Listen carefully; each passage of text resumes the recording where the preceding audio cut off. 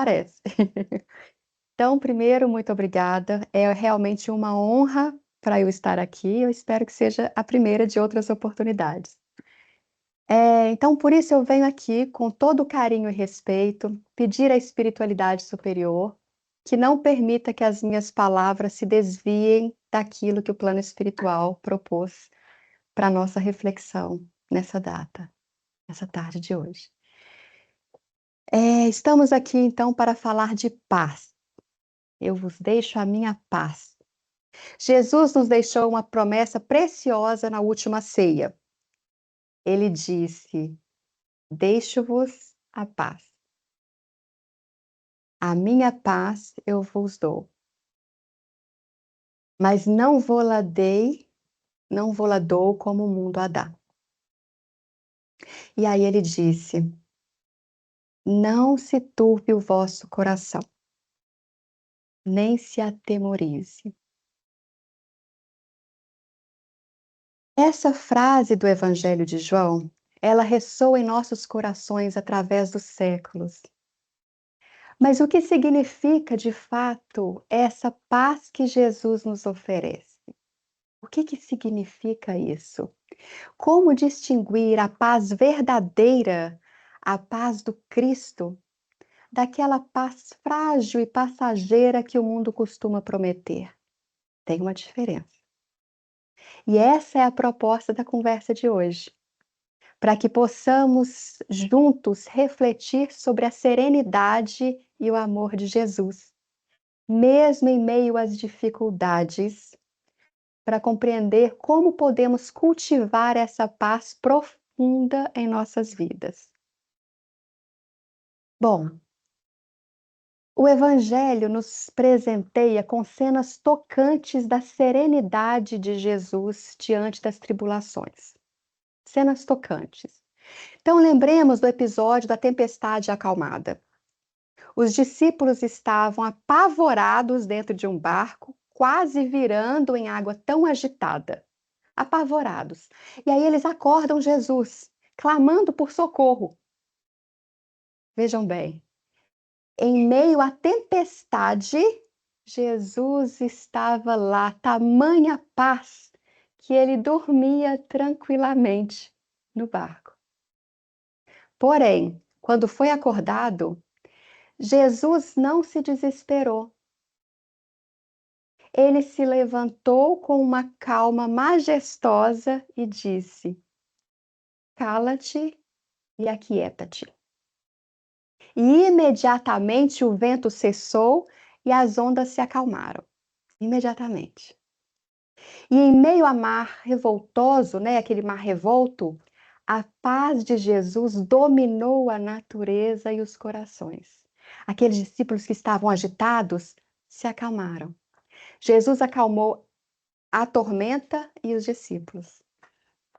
E Jesus ainda disse: Por que sois tão incrédulos? Ainda não tendes fé?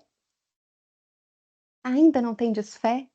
E com essa pergunta nós entendemos que a paz de Cristo, ela está intimamente ligada à confiança em Deus. Intimamente, diretamente ligada. Então, mesmo quando tudo ao seu redor parecer caos, Jesus nos ensina que é possível manter a fé serena, a fé que dissipa os ventos do medo, a fé que acalma a tempestade. Outra cena marcante aconteceu quando Jesus estava diante de Pilatos, de Pôncio Pilatos. Acusado injustamente, Jesus foi entregue à morte pelas multidões enfurecidas. Jesus estava sendo destinado à morte, estava sofrendo humilhações, estava sendo acusado de algo que não era verdadeiro. Mas ainda assim, ele permaneceu digno e sereno. Jesus permaneceu em paz, apesar de tudo o que estava acontecendo. Pilatos, inclusive, se admira do seu silêncio e mansidão. Jesus, então, afirma calmamente que o seu reino não é deste mundo. e que nenhum poder teria o governador, seria Pilatos, sobre ele, se do alto não lhe fora concedido. Então eu vou repetir. Jesus afirma que nenhum poder teria o governador, né, teria Pôncio Pilatos, nenhum poder teria Pilatos sobre ele, se do alto não lhe fora concedido. Ou seja, Jesus afirmava que não era Pilatos que estava determinando que aquilo acontecesse, pois só aconteceria algo se fosse da vontade do alto, se fosse da vontade do Pai, da vontade de Deus. Olha isso. Olha que grandeza. Jesus estava dizendo a Pilatos o seguinte: você acha que está decidindo alguma coisa aqui? Você acha que tem poder sobre mim? Mas tudo isso que está acontecendo está sob permissão do meu Pai que está nos céus. Do meu Pai. E isso já foi combinado com o Pai, já foi combinado com Deus, não era Pilatos que estava decidindo. Isso só estava acontecendo porque estava nos planos divinos. Em outras palavras, Jesus confiava plenamente na autoridade divina e por isso ele não cedia ao pânico ou à revolta. Por isso ele vivia essa paz. Poderíamos imaginar quão intenso devia ser aquele clima pela manhã? A pressão política, a ameaça de morte, a injustiça clamorosa. No entanto, a paz interior de Jesus não se quebrou, não se abalou. Ele mantinha-se firme, com o coração tranquilo, entregando-se à vontade do Pai. Ele sabia que aquilo que ele estava vivendo não era derrota, era uma missão. Era o que precisava acontecer. A sua confiança lhe dava uma força imensa, uma força silenciosa. Assim, o encontro com Pilatos nos mostra que a verdadeira paz não depende da justiça humana, nem das circunstâncias externas, mas nasce da aliança com a consciência tranquila e a fé em Deus. E aí essa é a fonte, porque a verdadeira paz nasce da aliança com a consciência tranquila e a fé em Deus. Fé. Fé em Deus. Fé naquilo que não podemos controlar, mas que se está acontecendo é porque existe uma razão. Uma razão que a gente não entende, mas que existe.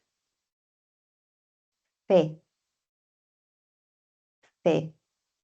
E no momento supremo da crucificação, quando a dor física e moral já atingiu o seu auge, Jesus ainda manifesta amor e paz. Em meio à agonia da cruz, ele profere uma das frases mais sublimes já ouvidas: Pai, perdoa-lhes, pois eles não sabem o que fazem. Que coração é esse que consegue perdoar os próprios algozes em meio ao sofrimento?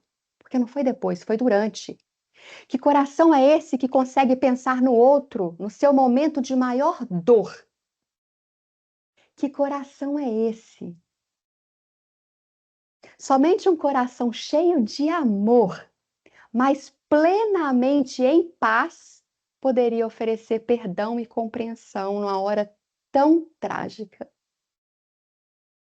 Somente um coração plenamente em paz. Porque se ele não tivesse paz, ou seja, se ele tivesse com qualquer outro sentimento dentro dele, suas palavras e seus sentimentos poderiam ser diferentes. Porque o desespero nos apavora.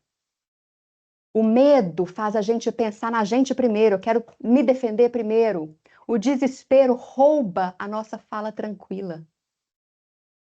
A revolta rouba o pensamento de amor ao próximo. A gente só pensa em nós. Então, enquanto a maioria de nós se revoltaria ou desesperaria, Jesus irradiava compaixão e serenidade. Jesus irradiava paz, paz. Ele pensou na aflição de sua mãe e do discípulo amado ao pé da cruz, e ainda teve o desejo de dizer: mulher, eis aí o teu filho. João, eis aqui a tua mãe. Até no derradeiro instante, ele preocupava-se mais em consolar os outros do que em sua própria dor. E isso é paz. Porque a pessoa que não possui paz, ela entra em desespero e ela não consegue jamais consolar o outro, e nem a si mesmo, e nem a si mesmo.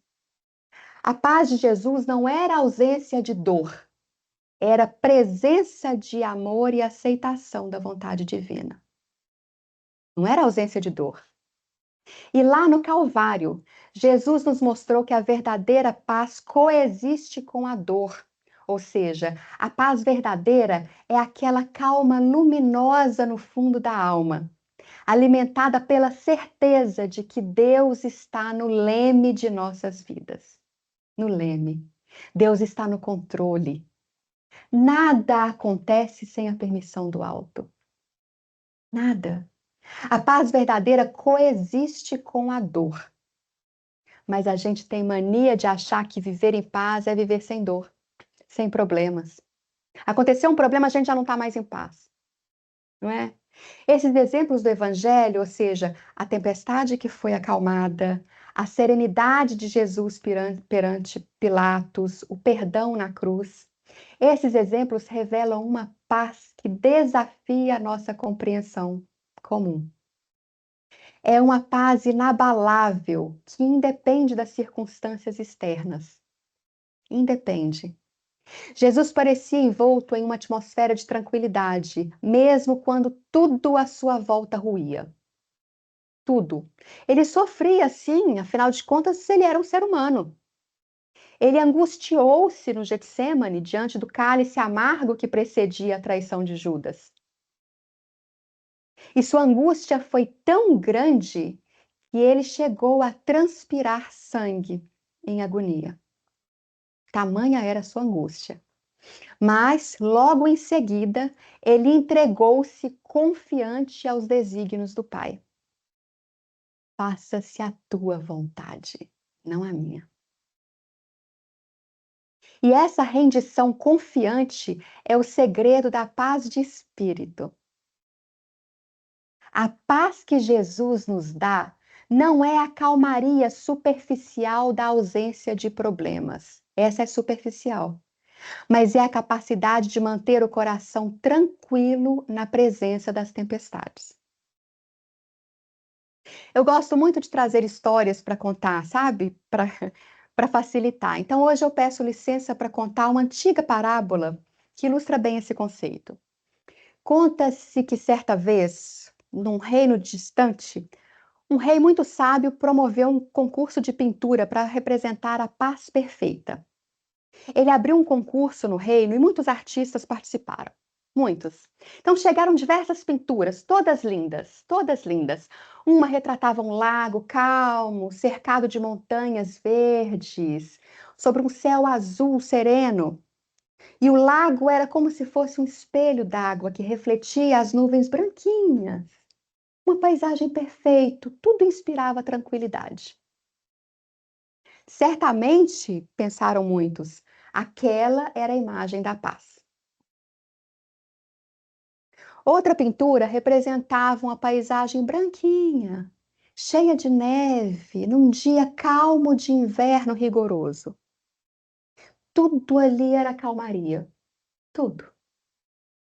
Outra pintura representava passarinhos cantando alegremente no ninho, enquanto borboletas voavam tranquilamente perto de belas flores, em um dia ensolarado, né, para compor a paisagem, nessa paisagem com um campo verdinho e uma cachoeira caindo ao fundo, completando aquele cenário. Imagens lindas, imagens perfeitas. Certamente aquela imagem também seria a imagem da paz. E por aí foi. Não vou narrar todas, essas são algumas. Tinham várias telas, sempre representando beleza e calmaria, natureza e harmonia. Mas aí apareceu uma tela que contrastava com tudo, tudo. A pintura apresentava montanhas escuras sobre um céu tempestuoso.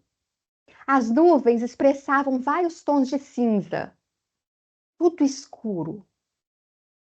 Raios cortavam as nuvens, algumas nuvens carregadas. A chuva caía de modo torrencial. De um penhasco caía uma cachoeira caudalosa, sabe, cujas águas espumantes sugeriam força e tumulto. As poucas árvores que apareciam na imagem estavam todas tombadas assim com o vento, expressando a força da ventania. À primeira vista, nada ali lembrava a paz. Porém, ao olhar com atenção, o rei percebe algo. Percebe que atrás da cascata que caía grosseiramente agitada, crescia um pequeno arbusto, uma fenda da rocha. E nesse arbusto havia uma passarinha que tinha construído seu ninho. E apesar do ambiente hostil, lá estava a passarinha, toda serena, chocando seus ovinhos, protegida pela rocha, indiferente à ventania e à água tumultuosa, os raios que estavam chegando. Ali, bem no meio do tumulto da tempestade, aquela pequena ave cuidava dos filhotes em perfeita paz. E qual não foi a surpresa? Que ao final do concurso, né, o rei escolheu exatamente essa pintura inusitada como a vencedora. E ainda justificou sua decisão com sabedoria. Ele disse: paz não significa estar num lugar onde não há barulho, onde não há problemas ou trabalho duro. Paz significa estar no meio disso tudo e ainda manter a calma dentro do seu coração.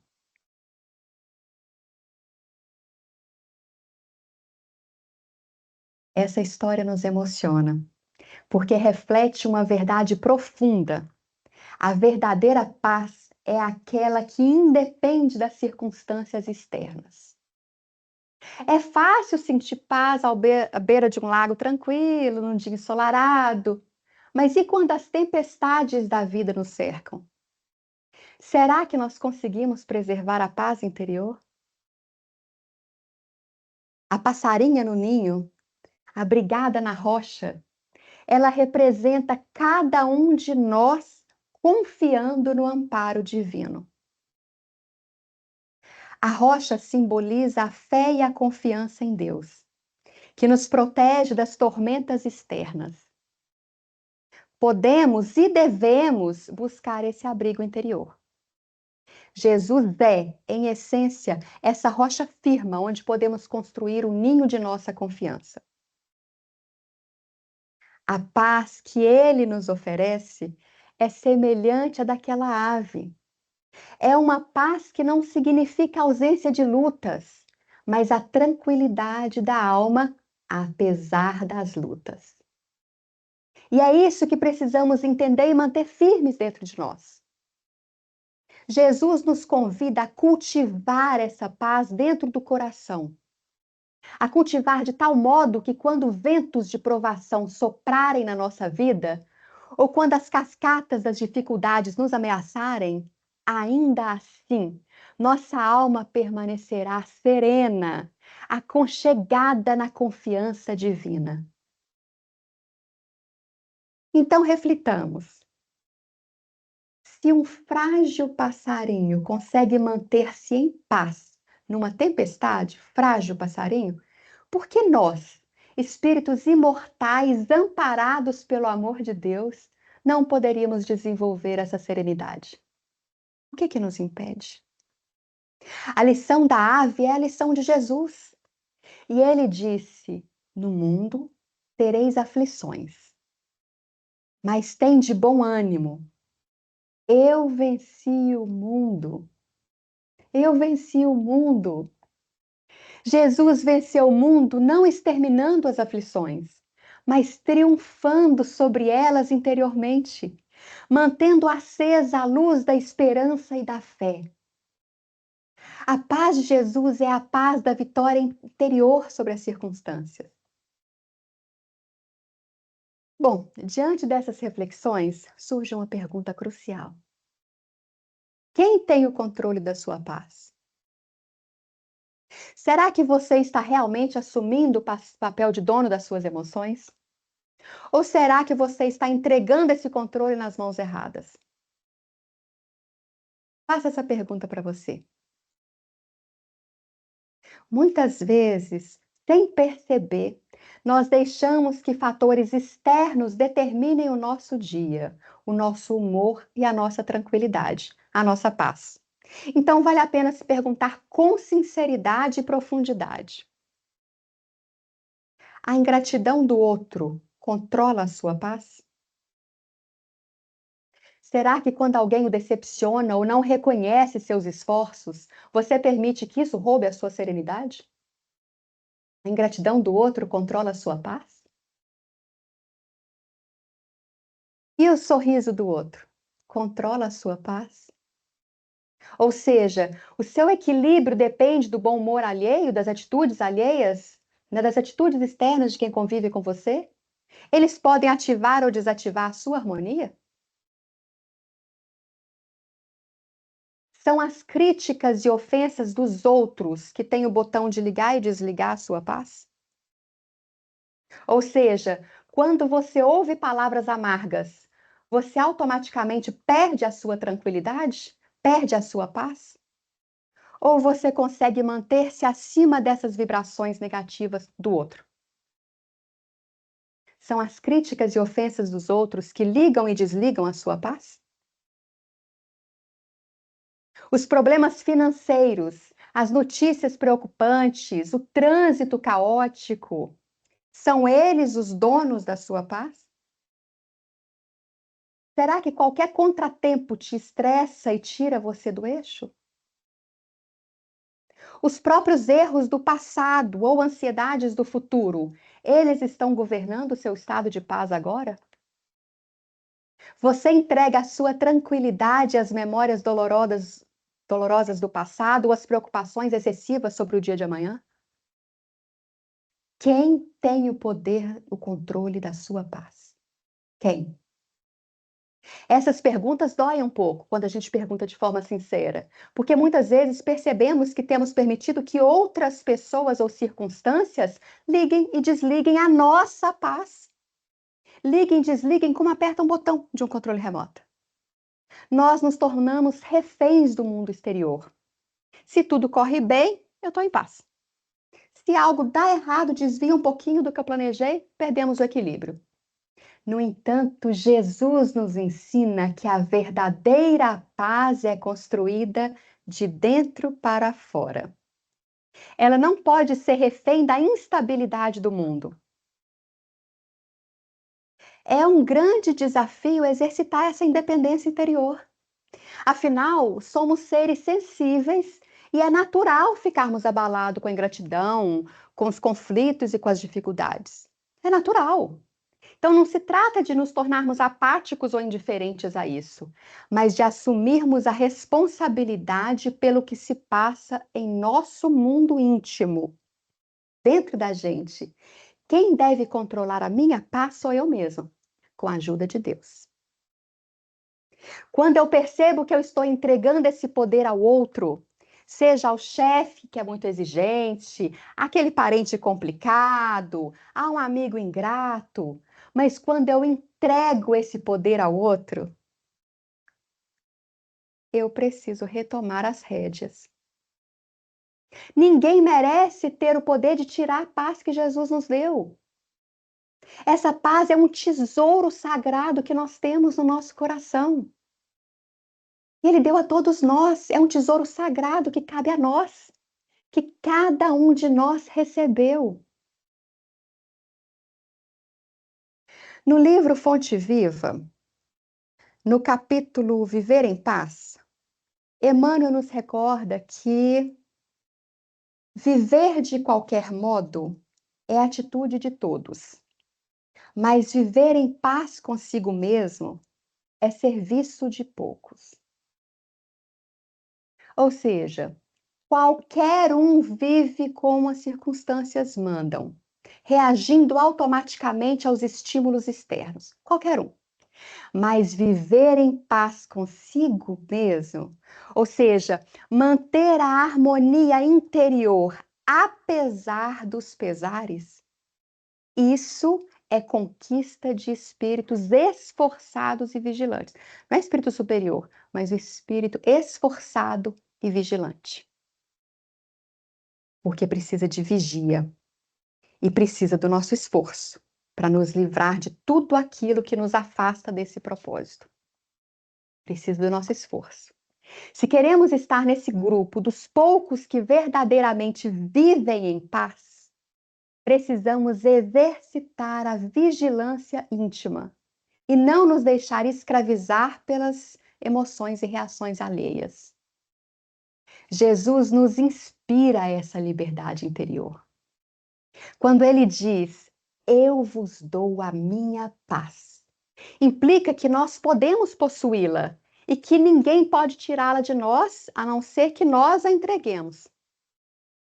Lembremos, mesmo diante da traição de Judas, da negação de Pedro, do abandono dos discípulos, né? Situações de ingratidão e decepção profundas.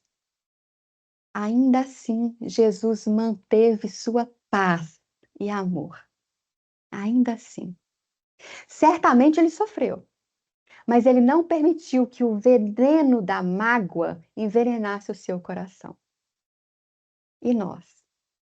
Vamos continuar permitindo que a ingratidão de alguém envenene os nossos dias? Que o olhar atravessado de um colega estrague a nossa semana? Ou que o trânsito ou a conta bancária, a gente vai permitir que isso defina o nosso humor?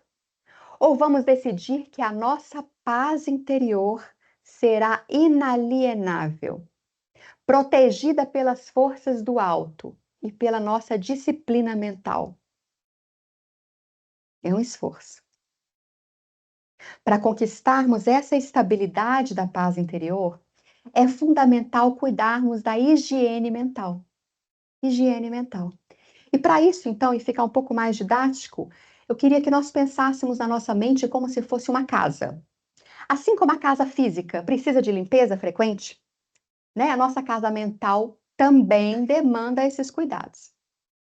Vou dar mais esse exemplo. Imagine a sua casa depois de um mês sem limpeza. Imagina só, um mês, sem nada de limpeza. Depois de algumas semanas sem limpar, vai começar a acumular poeira. O banheiro pode começar a dar aqueles mosquitinhos. No Brasil dava muito, né? Mas pode começar a ficar mal cheiroso. A cozinha começa a ter lixo espalhado, pratos sujos, talvez até insetos, ratos comecem a se proliferar. Não é isso? Agora imagina isso depois de meses sem limpar. Imagina numa casa física, muita poeira, muita sujeira, muitos lixos. Com certeza começa a ter muitos insetos, muito mau cheiro. Ninguém se sente bem num ambiente assim. E além disso, um local sujo favorece doenças, certo? Tem doenças que se desenvolvem devido à falta de limpeza e higiene. Não é isso que acontece? É, não é? A menos que nós sejamos aqueles acumuladores, né, que tem essa doença mental, a menos que isso aconteça, por acaso nós deixaríamos nossa casa chegar a esse ponto? Nós deixaríamos nossa casa ficar tão suja desse jeito? Certamente não. E é por isso que nós limpamos, arejamos, jogamos fora o lixo, cuidamos o máximo possível para tornar o lar agradável e saudável. No entanto, com a nossa casa mental, nem sempre a gente tem o mesmo cuidado. Por vezes, nós somos menos diligentes.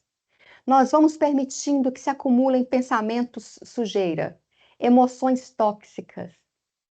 A cada mágoa não perdoada é como se a gente guardasse um lixo num cantinho. A cada mágoa. A cada inveja ou ciúme alimentado, é uma poeira densa que vai se assentando sobre os nossos móveis internos. Raiva, ódio, desejo de vingança são verdadeiros detritos mentais que vão se amontoando na nossa mente. Insegurança, tristeza, sentimentos de rejeição, tudo é lixo na nossa casa mental. E aí, um dia, quando nos damos conta, nossa mente está cheia, abarrotada de entulho. Frustrações, angústias, pessimismo, medo, revolta. Todo esse lixo psíquico cria um ambiente propício a doenças da alma e até do corpo.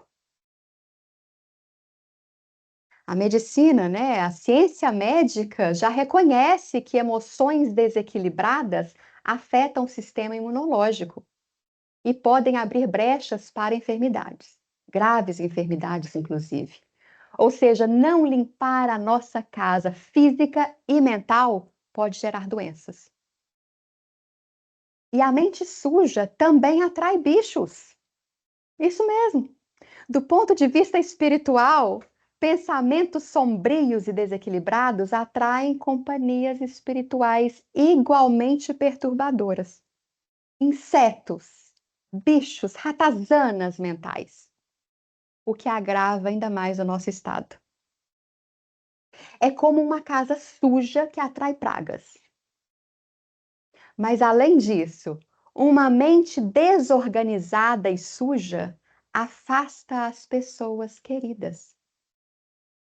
Ninguém gosta de conviver com alguém carregado de negatividade, carregada de sujeira, carregado de poeira, de sujeira mental. Quando estamos interiormente perturbados, é comum que o azedume transborde nas palavras, que o rosto fique contraído, que a impaciência e a amargura escapem aos nossos gestos. Tudo isso faz com que os outros naturalmente se afastem. Nós nos isolamos em nossa própria sujeira mental, aumentando a infelicidade. Nós. E diante desse quadro, torna-se claro quão importante é a limpeza mental regular. Precisamos arejar nossa casa interior, abrir as janelas da alma para a luz do Evangelho, ou seja, a luz dos ensinamentos de Jesus, para deixar entrar a brisa da prece, da oração. Para isso, Jesus nos ensinou 2 métodos infalíveis para a higiene da mente: orar e vigiar. Orar e vigiar. A vigilância é como a faxina diária. Observar cada pensamento que entra, examinar a natureza dos nossos sentimentos e expulsar sem piedade aqueles considerados vermes mentais, né? As ideias de desespero, de rancor, de menos-valia, tal como a gente arrancaria ervas daninhas do jardim. Simples assim. Simples assim. A vigilância, ela é essencial para quem deseja saúde mental, para quem deseja a mente saudável. A vigilância, ela ensina-nos uma valiosa mensagem espírita. De fato, sem vigilância, nossa mente fica vulnerável a qualquer poeira que o mundo levanta.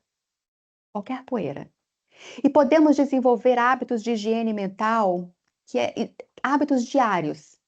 Uma leitura edificante, a prática da meditação ou prece antes das atividades, a revisão noturna dos pensamentos ao deitar, né?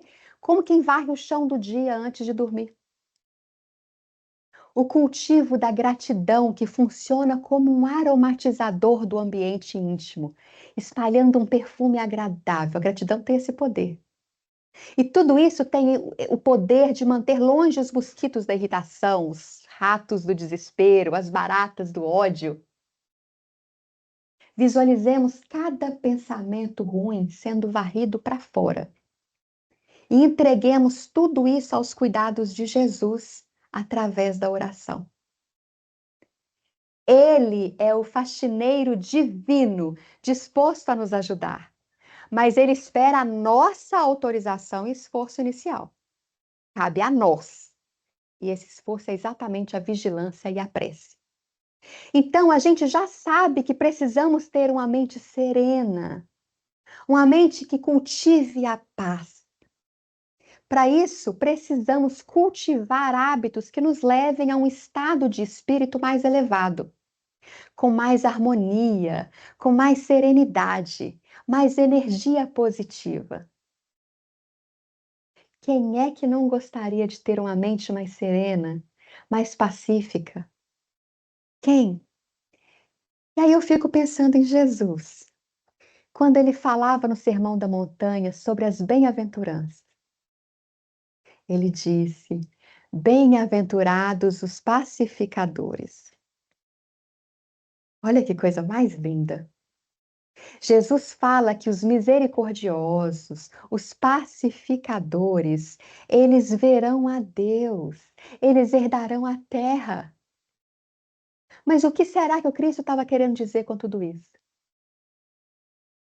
Gente, não é mistério para ninguém que a gente vive uma vida agitada, né? É muita correria, muita loucura, corre para um lado, corre para o outro. Temos dificuldade aqui, dificuldade ali. E aí, então, sem nos dar conta, nós acabamos sendo levados por uma vida de estresse. E o problema está aí. Essa vida de estresse nos impede de entrar em contato com o nosso estado mais elevado de ser. Uma mente agitada não permite que a gente enxergue lá no fundo quem realmente a gente é. Quem realmente a gente é. Sabe quando a gente vê um lago agitado, cheio de ondas, porque alguém jogou pedra ou porque acabou de passar uma lancha, que a água está toda agitada, né? Ou porque houve algum movimento grande que agitou a água? Sabe quando acontece isso? Pois é, quando isso acontece, a gente não consegue ver o fundo. Mas quando o lago fica calmo, aí a gente consegue ver o que está lá embaixo. A mesma coisa com piscina. Quando tem muita gente nadando, a água fica agitada e a gente não consegue ver o fundo. Mas quando para, quando tudo fica calmo, a gente consegue enxergar o que está lá embaixo. A mente humana é a mesma coisa. Então, trazer a sua mente para o momento presente é treinar, educar hábitos para uma mente serena. Gente, isso é um dos maiores presentes que a gente pode se dar e também oferecer a quem nos rodeia. Eu vou dar mais um exemplo. Nos exemplos de Jesus, seja enquanto dormia no barco durante a forte tempestade ou no seu julgamento diante de Pilatos, Jesus irradia a paz que prometeu nos dar. Não se trata de uma paz comum, aquela do mundo, condicionada a circunstâncias favoráveis, mas de algo mais profundo. É a paz da coragem serena, é a paz da confiança no bem, do amor que vence o medo. É confiança. Uma paz que surge quando compreendemos que acima de qualquer tempestade ou julgamento terreno, há uma mão divina nos amparar. Essa é a paz que ele nos legou e que podemos buscar imitar em nossas lutas diárias. Podemos fazer igual. Esse é o presente que Jesus nos deu. Além de vivenciar a paz no meio das provações, o Evangelho nos traz exemplos comovedores de pessoas que encontraram a paz após profundas transformações morais. São histórias de almas que, ao se arrependerem sinceramente e renovarem suas vidas, receberam de Jesus o consolo e a paz interior que eles tanto buscavam, que eles tanto ansiavam. Paulo de Tarso, que antes era um perseguidor, né, Saulo de Tarso, que era um perseguidor feroz dos cristãos, ele transformou-se em um apóstolo dedicado após o seu encontro com Jesus no caminho de Damasco. De violento e inquieto, ele passou a ser um homem de fé e amor. encontrando a paz de uma consciência reconciliada com Deus. Encontrou a paz. Da mesma forma, Zaqueu, aquele rico publicano que explorava seu povo, ao receber Jesus em sua casa, ele arrependeu-se sinceramente e mudou de vida, comprometendo-se a restituir o que havia defraudado. Então, em vez da antiga culpa e ganância, a alegria da reparação trouxe salvação e o quê? Paz ao seu lar. E Jesus disse: hoje veio a salvação para essa casa. A gente pode mudar as nossas histórias. E também as mulheres acolhidas por Jesus nos legam lições de paz sobre a dor. Maria de Magdala, liberta dos tormentos que a afligia, ela renasceu pelo perdão e tornou-se uma discípula fiel. Ela experimentando a calma de quem sabe que é amada por Deus. Ela tinha essa tranquilidade, essa confiança, essa paz. E aquela mulher conhecida como pecadora, que banhou os pés do mestre com lágrimas arrependidas, ela ouviu deles as palavras libertadoras: a tua fé te salvou. Vá em paz. Vá em paz. Paz. De coração aliviado pelo perdão, ela deixou para trás a angústia e seguiu o caminho com a alma em paz consigo mesma e com Deus. Esses exemplos mostram que não existe erro que não possa ser redimido pelo arrependimento sincero. Das maiores quedas podem surgir as almas mais transformadoras e pacificadoras. Das maiores quedas. Jesus, ele ofereceu a sua paz a todos os que se dispuseram a mudar. Todos. Do perseguidor cruel ao rico corrupto. Da mulher atormentada por espíritos até a pecadora pública. Ele fez isso transformando-os em almas renovadas pela fé e pelo amor. Onde antes reinava a culpa e a inquietação, a paz de Jesus floresceu, reinou. Então, nunca é tarde para recomeçar, pois a verdadeira paz ergue-se sobre o perdão divino que nos alcança, o perdão que concedemos a nós mesmos ao aceitar uma nova chance. Porque muita gente pede a sua paz por algo que eles fez e não consegue se libertar. A gente não precisa se atemorizar pelo nosso passado. Tem gente que carrega o peso de algo do passado e isso fica remoendo dentro dela. Essa pessoa não consegue sentir a paz. Mas nunca é tarde para recomeçar, pois a paz verdadeira erga-se sobre o perdão. Esse perdão divino que nos é dado diariamente, que foi oferecido aqui. Jesus está usando essas palavras para dizer: vá em paz. Deixa o que ficou para trás. Deixa os erros para trás. Siga seu caminho agora, daqui para frente. O perdão divino que nos alcança e o perdão que nós concedemos a nós mesmos ao aceitar uma nova chance, essa é a verdadeira paz. É a paz que Jesus nos trouxe. É a paz de Cristo. E para encerrarmos, as lições do Evangelho ecoam através dos séculos, com um convite poderoso. Onde buscamos a nossa paz? Nas lições passageiras do mundo que se desfazem ao primeiro vendaval, ou na fonte perene do Cristo, onde buscamos a nossa paz? Onde? Sabemos que nada no mundo preenche a sede profunda da alma. Só o amor de Deus verdadeiramente sacia. Só. E ele nos disse: eu vos dou a minha paz. Não se turbe o vosso coração, nem se atemorize. Eu vos dou a minha paz. Jesus não falava da paz frágil que o mundo dá, mas aquela que permanece mesmo nas tribulações. Para recebê-la, precisamos seguir seus passos e deixar que seu amor nos transforme. Diante das tempestades externas ou dos conflitos da consciência, temos duas opções: entregar-nos ao desespero ou confiar em Deus e prosseguir, apesar de tudo, mas prosseguir com fé. A paz de Jesus não é fuga nem conformismo, é força tranquila de quem sabe que Deus cuida de nós. Lembra de Jesus lá diante de Pilatos? Ele confiou, porque o que cabe a nós não somos nós que planejamos, é o que vem permitido do alto. A paz de Jesus não é fuga nem conformismo, é força tranquila de quem sabe que Deus cuida de nós. É força tranquila.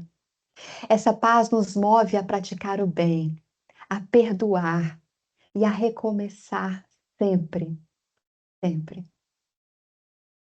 E que essas lições toquem fundo a nossa alma e nos inspire a adotar a coragem serena de Jesus diante das injustiças, a fé firme dele em meio às tempestades e a disposição de nos transformar, como fizeram Paulo, Maria Madalena, Zaqueu, a mulher que lavou os pés de Jesus, pessoas que se transformaram em busca da paz interior. Afinal, depende de nós abrir o coração à presença divina, que apazigua e cura. Depende de nós. E agora cabe perguntar: nós estamos realmente dispostos a acolher essa paz transformadora e permitir que ela mude nossas vidas? A gente ainda quer acreditar que a paz é somente aquela calmaria? Ou vamos entender que a paz pode acontecer até nos tumultos? É uma decisão nossa. Ninguém pode tomá-la no nosso lugar. E Jesus estende as mãos, oferecendo a sua paz. Oferecendo. Mas somente nós podemos aceitar e abrir os braços para recebê-la. Somente nós. Eu vos dou a minha paz. Jesus está nos dando, mas a paz não pode ser recebida sem mudança, sem escolhas. Porque paz é subproduto. Para a paz acontecer, precisa haver outros produtos primeiro. Precisa de outras virtudes. Precisa que nós façamos a nossa parte, porque paz é um subproduto. É o resultado de uma vida bem vivida, é o resultado de uma mudança, resultado de escolhas bem feitas no campo íntimo. É você escolher, muitas vezes, o silêncio no lugar da briga. É escolher a reflexão no lugar da impulsividade. É escolher a calma em vez da correria e agitação. Paz é subproduto. Porque senão, como é que a gente vai ficar pedindo a Deus paz, leveza, harmonia, se a nossa forma de viver é agitada? Como é que a gente vai pedir isso se você já sai de casa correndo, reclamando do trânsito? Se já dirige nervoso, impaciente, já querendo brigar com o próximo? Se começa o dia brigando ou termina ele da mesma forma? Se vive nos grupos de WhatsApp, discutindo política, religião, xingando fulano, cicrano, beltrano? Se pratica maledicência nas suas rodas de amigo, no trabalho? Como é que a gente vai ter paz se a nossa casa mental está cheia de poeira? Como é que nós vamos ter paz se nossa mente está poluída? Então vamos pensar um pouquinho. A maioria das pessoas, elas pedem coisas que não fazem por merecer, não se esforçam. É por isso que mais de 2000 anos depois, a gente continua do mesmo jeito.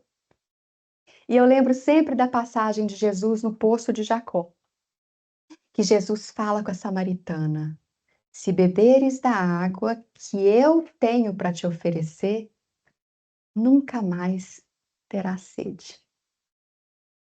Nunca mais. E a mulher, claro, não entende. Que água é essa? É do poço de Jacó? É essa água aqui? E isso está lá na Bíblia, lá no Evangelho. Jesus falava de uma paz que só quem bebe da fonte, só quem passa pela renovação íntima, pela reforma íntima consegue ter. Uma fonte de água viva, viva. E essa mulher só entendeu isso depois, quando ela percebeu que ele era a verdadeira fonte da vida, ou a fonte da verdadeira vida. Ou seja, ele era a paz encarnada no meio de uma agitação absurda, numa Palestina distante, complicada, cheia de dominação política, de disputas religiosas, cheio de tumulto, e Jesus mostrou que era possível viver num campo interior de paz e de harmonia. Então, para resumir essa história toda, lembremos que a paz de Cristo não é uma utopia distante. Ela pode e deve começar agora, no seio do nosso lar e do nosso coração, principalmente do nosso coração. E fica aqui um convite profundo para cada um de nós, que possamos parar de buscar a paz nas coisas passageiras e superficiais desse mundo.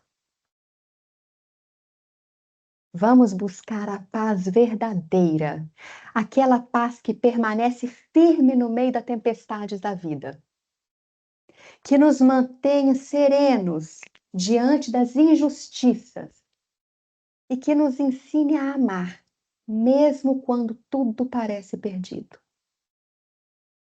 Que possamos lembrar em cada desafio, em cada momento difícil, das palavras carinhosas e profundas do Mestre Jesus, quando ele nos diz diretamente ao coração: eu vos dou a minha paz.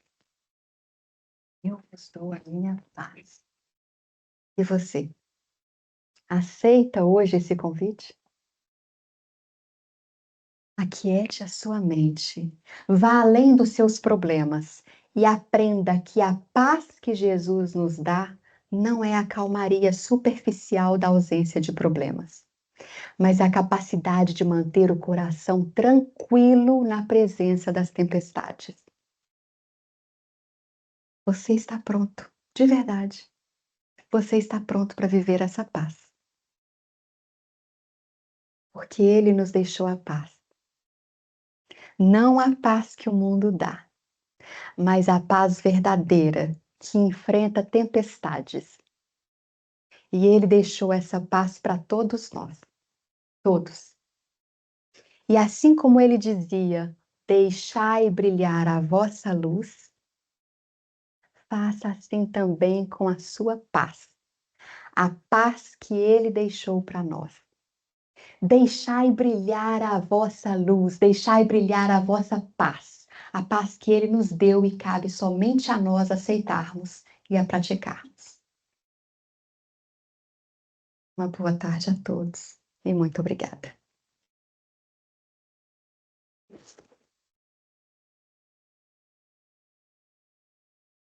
Muito obrigada.